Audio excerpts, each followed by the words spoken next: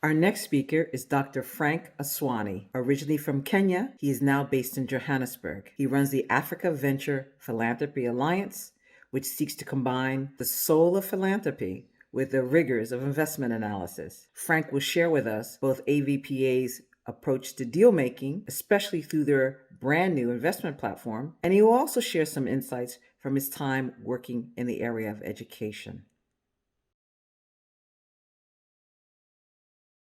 My name is Dr. Frank Aswani. I'm the CEO of AVPA, that's the African Venture Philanthropy Alliance. We are a network of social investors collaborating to increase the flow of financial, human, and intellectual capital towards the impact space in Africa. Our objective is to mobilize, connect, and support the collaboration of social investors towards greater impact on the continent. I think we've seen some initiatives driven at scale.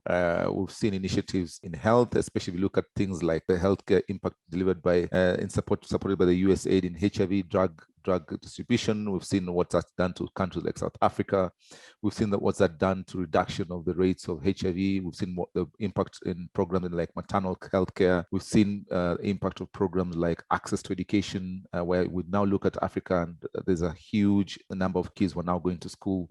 However, at the same time, we haven't seen the deliberate, multi cross-border scaling of impactful organizations that are proven to work. So if you look at the area of youth unemployment, a lot of good programs are running in small cities in Africa or in one particular country in Africa, but they haven't proven to be able to scale beyond their borders. And that is a problem for us because youth unemployment is probably our biggest risk on the continent. And part of what we need to do is be deliberate about identifying what's working and supporting what's working to scale for greater impact on the continent. And this is what ecosystems like AVP would try to do, is how do we connect some of the solutions to greater partners on the continent for scale, broader impact on the continent, apart from just where some of these solutions were invented. So in November 2020, we launched our DealShare platform. And our DealShare platform is a platform that is designed to support, to move capital towards, in essence, we look at trying to mobilize the movement of, as I mentioned to you, human, financial, and intellectual capital. We do this by supporting the collaboration amongst social investors, identification of investable, because one of the issues we hear all the time in Africa is there is more money than there is investable deals on the continent.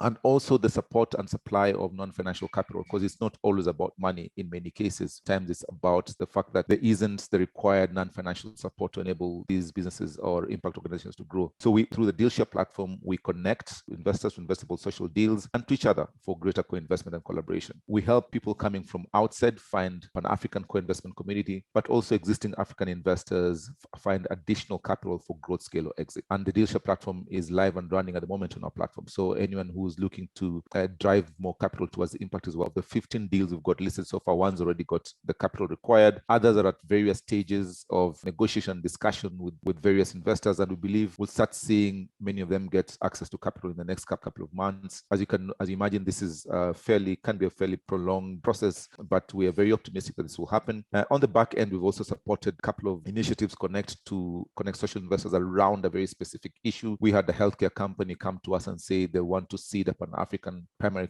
healthcare fund, and they didn't know where to start. So we brought together 70 investors who are interested in playing in the primary healthcare space, and that initiative has taken off very nicely. We're seeing a lot more people wanting to plug and contribute to that Pan-African fund to scale primary healthcare initiatives, and I can't wait to see where that actually goes because it looks very exciting. This initiative with Aspire Impact is really exciting for us because of the South-South collaboration and the similarities of challenges between Asia and Africa that would, in essence, make it really of mutual value to the regions to collaborate in solving some of the impact challenges we're all facing. And Africa is the world's best sandbox for impact because we have some of the global biggest challenges. And anyone who really wants to prove models and to demonstrate impact, there's no better place for you to be than in Africa, where we have some difficult challenges, but we've got a very committed young population that is willing to dig the continent out of this current status. And we've got networks like us who are working feverishly to make sure that we make it easy for you to have impact at scale across the continent. So AVP has just finished a study that demonstrated that aid to Africa, places like Southern Africa, has reduced by almost 20% over the last 5 years. We've just seen the UK cut its aid budget from 0.7 to 0.5% of its GDP. We've seen USAID reduce its funding to the continent. So the reality is that we need to wake up to a different reality as a continent and not look at the past as a solution to where where we need to go. We have a growing population. We have a young population that needs a different mindset and a different approach toward creating a better future for them.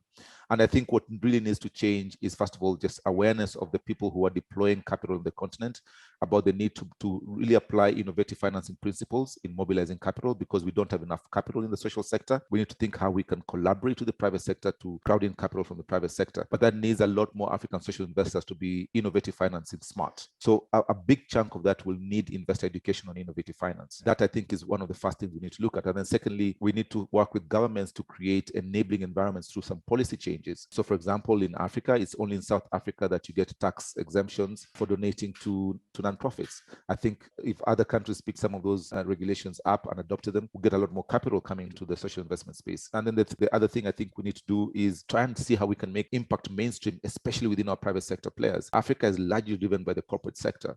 And I think the corporate sector and the private sector broadly are a really critical part of this equation and the success of Africa from an impact perspective. And we need to get a lot more of them involved, committed, and playing in the impact space. It's great to see that more and more initiatives are coming from where the problems actually exist and being owned by those who've lived the problem. So we're seeing a lot more impact driven by people living in the South, because I always believe if you live the problem, you should leave the solution. No one can leave the solution better than you would. And I think one of the things I'd like to really encourage is incremental South-to-South collaboration, because we have very unique problems where we are, while at the same time continue to build on the relations we've had with the West, the North, for lack of a better word. But I think, we have a really good, strong responsibility for those of us who've got the privilege to work in this space to be advocates and champions of the impact movement, and to be very steadfast ambassadors in making sure that we are advocating and propagating the stories and the impact that's coming out, speaking aloud about the success stories.